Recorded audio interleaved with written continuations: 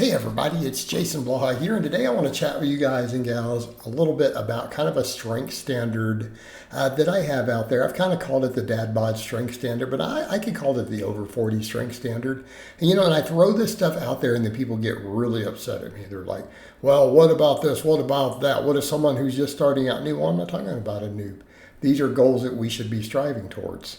And when I make these statements, I'm assuming you've been doing lots of hypertrophy work. So it's always funny, I'll kind of give a standard here, and then people are like, well, that's what you hit. I'm like, no, I lift way more than this standard. I'll demonstrate in this video of me doing work that way dramatically exceeds this standard, right? By a pretty large margin. Just kind of watching my normal day-to-day, week-to-week training work sets. So no, it's never about me. But when I say this, I'm under the assumption that, yeah, you've been training 10 plus years. You've put in a lot of time at the gym. And if you've been going to a gym and you're an older guy, you're 40 plus and you've spent years in the gym, I'm going to assume you learned something at some point.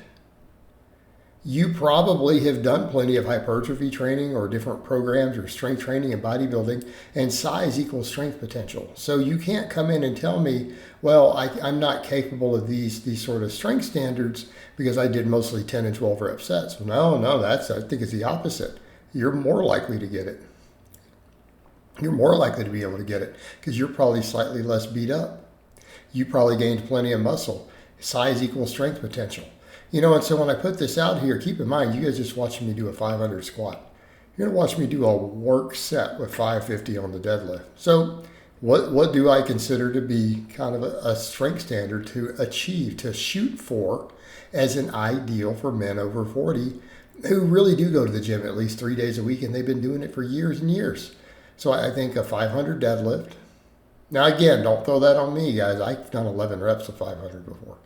You're watching me do 4 reps of 550. I just did a 500 squat. 500 deadlift, 405 squat, 315 bench, and I've always said 10 pull-ups. I could take it over to a weighted chin-up. How about being able to do at least one chin-up with a 45-pound plate? That's the hard one, honestly, because a lot of guys who are hitting those other numbers are a little heftier.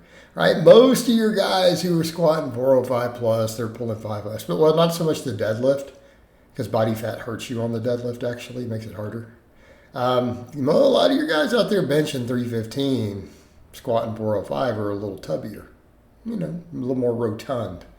The weighted chin-ups are not so easy. They're not so easy. You watch me I crank out sets of 5 with that just fine, right? Or more. I've done more on a great day. I've done 10 one time before. Same thing, you'll watch me do rep work with 325 on the bench. That's rep work heavier than the standard. So keeping in mind, yes, obviously I have a history of being a strength athlete, and I'm not saying everyone's going to hit these numbers, but I think that they're an obtainable standard. Okay? And I think they're good to work towards. And what I'm trying to tell guys is you shouldn't be weak just because you're older. Like, that is what I'm fighting against, is that stigma. Oh, once you turn 40, it's downhill. It's like I had a guy the other day watch me do a 505 box squat and a 585 deadlift. It's one of my clips. And he's like, dude, you're at my age. At our age, we have no business lifting that heavy. And I'm like, well, why not? Why not? People used to tell that to Chris Duffin. They're like, oh, it's going to catch up with you. He's like, well, I'm in my 40s now and doing like an 800-pound deadlift. I don't think it's going to catch up with me. And then he's kind of retired a bit from heavy lifting of around 50, really heavy lifting. But he was lifting those numbers in his 40s and he's still doesn't seem to be hurt. Right? And he still lifts, obviously. He just doesn't care about lifting 800-900 pounds.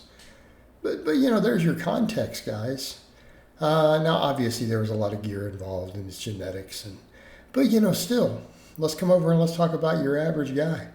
And then people bring that up and they always want the cop-out. Well, what if they're not on TRT? Well, then if they're not on TRT, then they must have an amazing, robust testosterone.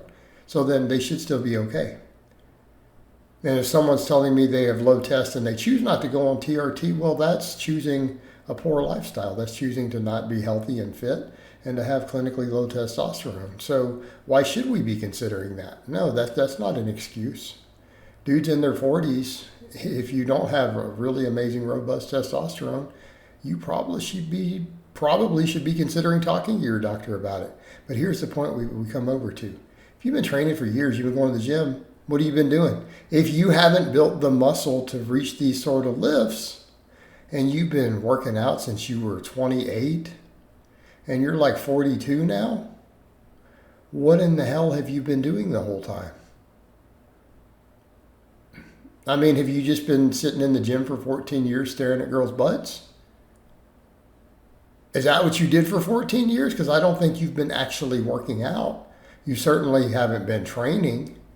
And that's my point. You might have been going and throwing a few weights around. You never trained. Well, we need to be training. And if you give people things to strive towards, then they'll train more. Like I might tell this to a guy who's 37 now, and he's like, oh man, I'm below those numbers. He's like, what? I'm only benching, 230 maybe. Like, dude, I've only hit a 315 squat for a few reps. What are you talking about? I'm 37 now. You're talking about my 40s? I need to be, yeah.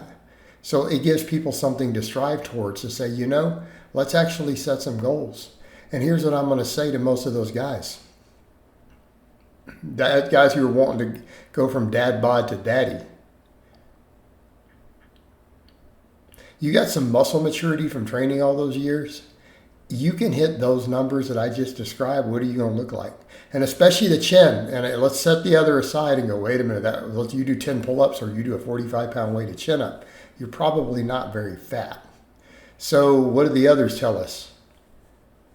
Well, that deadlift tells you got a good back and glutes. That squat says you probably got some pretty big legs. That bench says you got some good triceps, some good pecs. You got some decent size on you.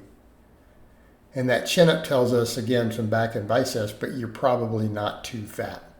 Okay, and you see where we're about to go with this? You are easily in the top 1% of the population physically.